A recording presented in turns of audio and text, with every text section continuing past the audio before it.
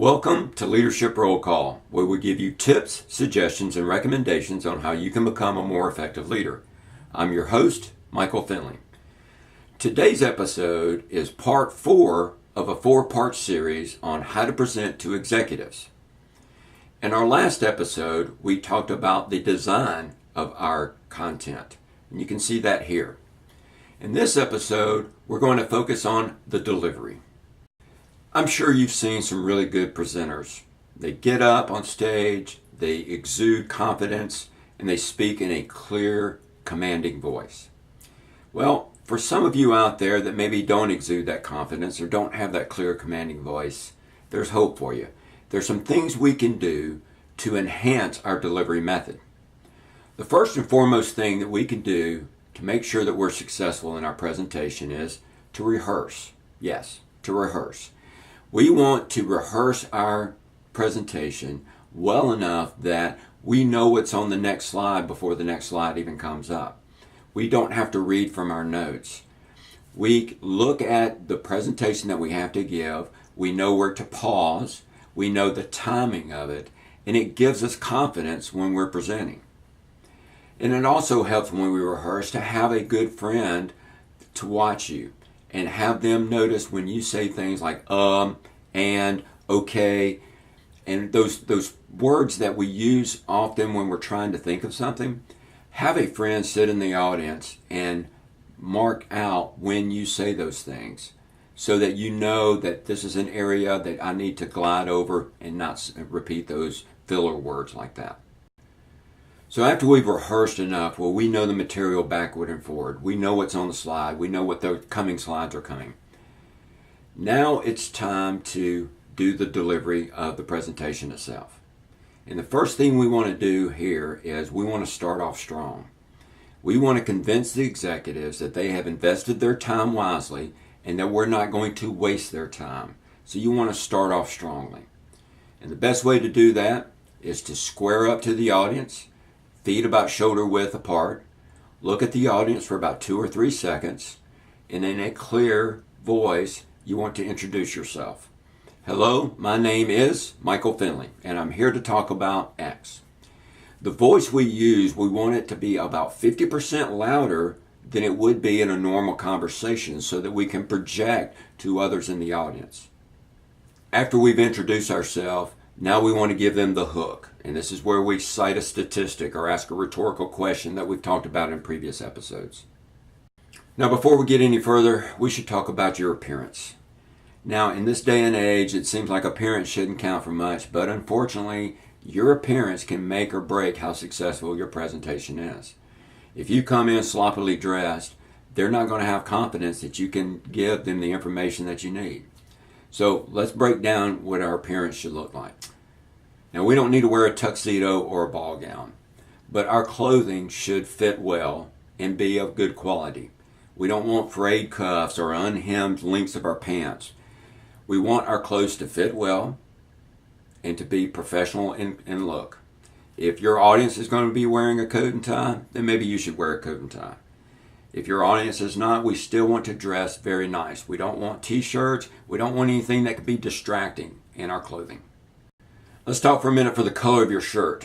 Now, for some of you out there, you may be a little nervous. And those that are nervous tend to perspire.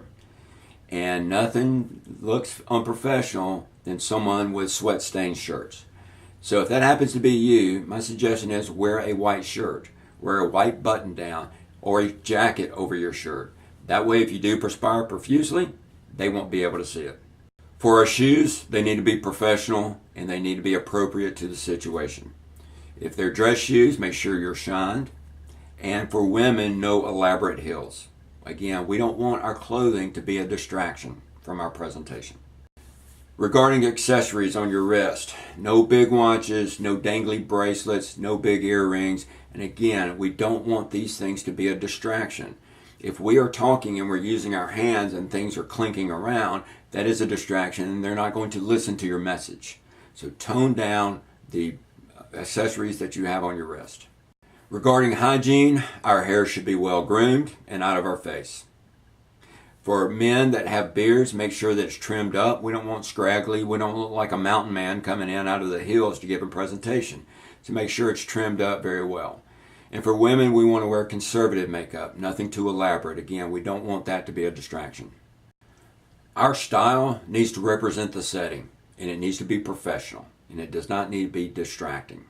We want to have a quality style, one that allows us to show how professional that we are. Now here's a couple of things that you don't want to do during your presentation. So again, we want to be successful. We want the people to listen to us, and we want them to hear what we have to say. So here's some things you want to not do during your presentation. Number one is you don't want to read your notes. You don't want to sit there and talk to the audience while you're reading your notes. Nothing is more boring than that. And it looks like you're unprepared. So make sure that you know your notes well enough. You can glance down and look at a topic, but you don't want to read from your notes. The second thing is you don't want to turn your back to the audience. If your presentation is up here, you can quickly look to see what's on the screen if you're not sure, but look at your audience as much as you can. Again, it's very distracting when someone is reading notes from the screen and you can't hear what they're saying because they're not faced to the audience. And again, it just looks like you're unprepared. So make sure you face the audience as much as you can. Another thing, and this is a bad habit that I have, you want to make sure you don't speak too fast. Sometimes when I get a little nervous, I start rapid firing it in there. And sometimes you might go over something that is critical for them to hear. So you want to make sure you're toned down your voice levels. You want to make sure it's not too fast. Again, this is where rehearsal helps. You have that friend to tell you you're speaking too fast. There's also some apps out there that help modulate how fast you speak. And you can look them up online. But if you tend to speak too fast, you want to maybe use this and slow down our speech.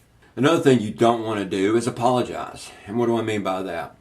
I've seen some speakers say, well, I'm sorry, but I'm not a very good speaker. Well, it didn't matter if you were or not, but now I know you're not, and I'm really not going to pay attention to you when you start apologizing. Or when someone says, I know you probably can't see this in the back screen. Stop it. Don't apologize. Okay? We want to come out strong and confident, and apologies just kind of undermine us. We also want to be flexible. If we're going through our presentation slide by slide, one thing that we've meticulously designed in our slide deck, and we're proud of the slide. We spent maybe 2 hours on this one particular slide to make sure it's just right. And as soon as we click it on there, someone in the audience says, got it, move on. You want to be flexible. Even though you spent that much time on your slide, if they say move on, they understand it and you don't need to elaborate on it. So don't get offended. The best way to look at it is just say, you know what, they understood that slide so well. I designed it so well that they understood it and I really didn't need to elaborate on it. Now, the other thing you also need to do is when they want to spend a little bit of time on a particular slide, and say you were only going to plan on spending 15 to 20 seconds on that slide, and now it's 5 minutes, well, you need to know your slide presentation well enough to know that you're going to need to speed up a little bit in some other areas to get in the right time. And this is where the rehearsal comes in, so you know what's on your slide deck. If you have an option, you want to keep the lights on. Okay, when you turn the lights off, people focus on your presentation, not you. You are the star of the show, not your presentation deck. So if you have an option, you want to keep the lights on. And finally, at the end, there's going to be a Q&A section, a question and answer period. When they ask you questions, and they will, if they try to stump you, or if they do stump you and you don't know the answer, don't try to make up something to get through it. If you don't know the answer, the best thing you can say is, I'm sorry, I don't know that answer, but I will find out that answer for you and get back with you as soon as I can. So if you don't know, just say, I don't know. Best thing to remember when you're giving a presentation and you're delivering this presentation is executives want information that they can make a decision on. You are not auditioning for Hamilton or anything like that. You don't need to come out and be a superstar in your presentation. You just need to give them the information very effectively. So that's what you need to remember is, how can I deliver this information effectively so that they can understand it? By following these simple guidelines, you can be an effective presenter. So I hope this brief overview was beneficial to you. If you have a question about this topic or any topic that you would like to see in the future, please put it in the comment section below. And if you haven't already, please consider subscribing to our channel. Until next time, good luck with your presentation delivery.